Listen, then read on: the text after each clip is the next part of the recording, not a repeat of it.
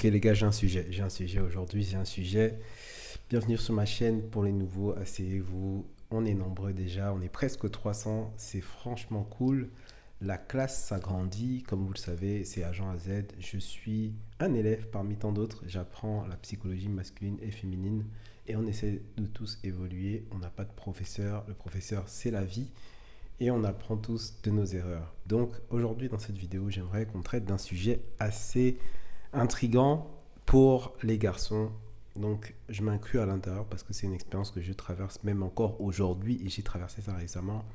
Et c'est toujours un peu déstabilisant quand ça arrive parce que, mesdemoiselles, franchement, vous n'allez pas avec le dos de la cuillère quand vous faites ça. Et donc, il s'agit tout simplement du thème que faire lorsqu'elle commence à s'éloigner. Alors, pour répondre à cette question, les gars, j'ai dû me pencher sur mon propre cas. Parce que j'ai rencontré une fille récemment, wow, ça fait déjà assez longtemps, hein, je vous raconte ça, ça fait déjà longtemps, mais bon, j'ai rencontré cette fille, et franchement, c'est assez bête, mais dès le premier rapport, enfin dès qu'on a commencé à discuter ensemble, le feeling est passé direct. Et c'est ce genre de situation que tu te dis que, ah ouais, là c'est, vas-y, il y a un truc, il y a un feeling, il y a vraiment tout ce qu'il faut, tous les feux étaient ouverts. Et on a commencé à discuter rapidement. Bon, je ne vous donne pas les détails de la situation, mais concrètement, on s'est échangé les numéros, on a discuté. Et est venu le moment de se rencontrer, enfin, de faire notre premier date. Premier date, malheureusement, qui ne s'est jamais fait, qui n'est jamais arrivé, parce que mademoiselle était apparemment occupée. Elle m'a trouvé une excuse, je ne sais même plus c'était quoi l'excuse, bref, elle était occupée et moi je me suis dit tout de suite ok ça c'est un red flag. Je sais pas pour quelle raison est-ce que j'ai voulu retenter l'expérience, donc je lui ai reproposé un deuxième rendez-vous, ce qui est vraiment une erreur et ça vraiment je tiens à vous le préciser. J'ai pris le temps en plus vraiment j'avais pris le temps d'essayer de m'organiser pour pouvoir reschedule et en fait elle n'a pas show up au deuxième rendez-vous non plus. Elle ne m'a même pas expliqué la raison pour laquelle elle n'est pas venue. Et franchement, c'était un manque de respect. Ça m'a vraiment énervé. Mais sur le coup, je me suis dit, bon, écoute, on n'a pas le temps à perdre avec ces conneries. On passe à autre chose tout de suite. Et puis, basta. Sauf que la demoiselle, bien évidemment, on se voyait assez souvent puisqu'elle était à la même salle de sport que moi. Et donc, du coup, on était amené à se revoir quoi qu'il arrive. Donc on s'est revus, mais moi, j'ai pas fait le mec vénère, quoi que ce soit. Ouais, j'ai réagi normalement. Et je pense que c'est une bonne réaction de réagir comme ça parce qu'en fait, il faut sûrement pas commencer à lui prendre la tête, à vouloir faire des scènes, rentrer dans le domaine émotionnel contre une femme. Ça ne marche pas et ça ne sert à rien en fait, ça empire les choses. Donc restez vous-même, je pense que c'est la meilleure façon de réagir dans ce cas-là. Maintenant, on va essayer de comprendre concrètement, et c'est l'objectif de la vidéo, pourquoi est-ce que les femmes peuvent arriver à faire cela à un moment donné. Avec du recul, bon, je vous passe tous les détails, mais avec du recul, j'ai compris pourquoi elle avait réagi comme ça, parce que sans le vouloir, elle me l'a expliqué, enfin, du moins je l'ai compris par la suite, qu'il y avait un autre mec dans la salle au même moment qui était en train d'agir, enfin, je crois qu'il avait déjà commencé bien avant que j'arrive sur le terrain. Donc il était déjà très avancé par rapport à moi et apparemment il se fréquentait déjà pas mal et du coup il était la raison pour laquelle elle ne voulait pas trop s'engager avec moi aussi d'un autre côté parce qu'elle ne voulait sûrement pas nous gérer. Ce qui est franchement sympa de sa part parce que bon, enfin, il y a beaucoup de filles qui ne se gêneraient pas de gérer les deux dossiers en même temps. Mais voilà, elle n'a pas voulu non plus me l'avouer parce que concrètement, elle ne savait pas dans quoi elle s'engageait, ni chez l'autre et ni avec moi. Et donc concrètement, ce qui signifie qu'elle était en train de peser le pour et le contre et nous mettre sur une balance.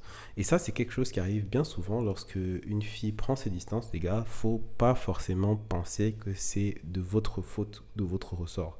Bien souvent, ça va être même la fille qui fait en sorte de tester en fait vos réactions et en fonction de votre retour, de la manière dont vous prenez la chose, eh ben, tout de suite, elle va évaluer si oui ou non elle fait le bon choix. Et c'est ce qu'on appelle des shit tests. Et ça, c'est un truc de meuf.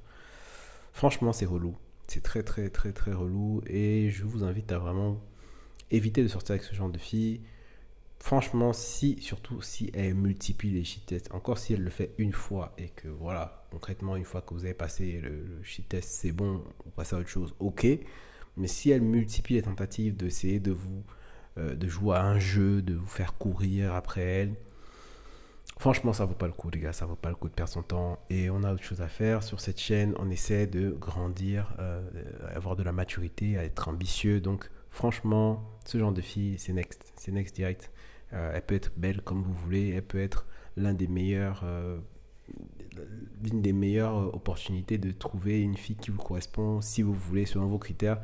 Mais il faut que vous multipliez les rencontres, les gars, parce qu'en fait, je me rends compte, même en tant qu'homme, moi, ça m'arrive beaucoup. Des fois, je tombe sur des avions de chasse, des filles, vraiment, je suis là, je dis que, ah ouais, celle-là, elle est vraiment bonne, elle est faite pour moi. Donc, vous perdez facilement votre visibilité au niveau de, enfin, votre visibilité, votre mindset alpha, on appelle ça comme ça.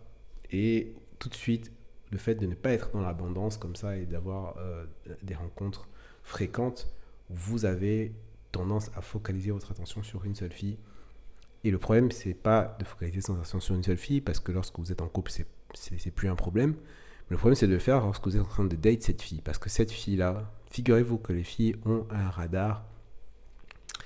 Et lorsqu'elles remarquent qu'un homme est trop focus sur elle, et ben ça déclenche en elle, en fait, un sentiment d'amertume, parce qu'elles se rendent compte que peut-être que en fait, cet homme-là ne vaut pas ce qu'il vaut. Donc concrètement, c'est assez compliqué de résumer ça comme ça, parce que ça va très loin. C'est une étape de la psychologie féminine qui est assez complexe. Mais grosso modo, dites-vous que plus vous faites de rencontres, moins vous aurez la pression de vouloir absolument que cette fille-là rentre dans votre vie. Parce que c'est la pire des erreurs à faire. Je la fais pour vous, les gars. J'ai fait cette tentative-là pour vous. Et je vous ramène donc, moi, mon ressenti par rapport à ça. Donc, vraiment, ne précipitez pas les choses. Écoutez, prenez votre temps. Si elle prend du recul, reculez aussi. Franchement, reculez. Faites un step back. Au basket, c'est très fréquent pour nous les basketteurs de faire des step back pour mieux appréhender la distance et puis pour voir si oui ou non c'est le moment de prendre le shoot ou pas. Des fois, c'est pas le moment de faire le shoot, il faut juste faire la passe, tu vois. Donc, mais peut-être que c'est pas toi le bon pour elle et qu'elle s'en est rendue compte et donc elle prend un step back. Et peut-être qu'en fait c'est toi le bon pour elle et qu'elle a besoin de prendre du recul pour savoir si oui ou non c'est vraiment toi et qu'elle veut t'observer à distance. Et dans ce cas-là, play your game. You know? On va beaucoup utiliser les métaphores de basket ici parce que je suis un fan de basket absolument. Donc vraiment, joue ton jeu. Fais tes crosses, joue ton jeu. Elle a peut-être envie de te voir juste briller en fait.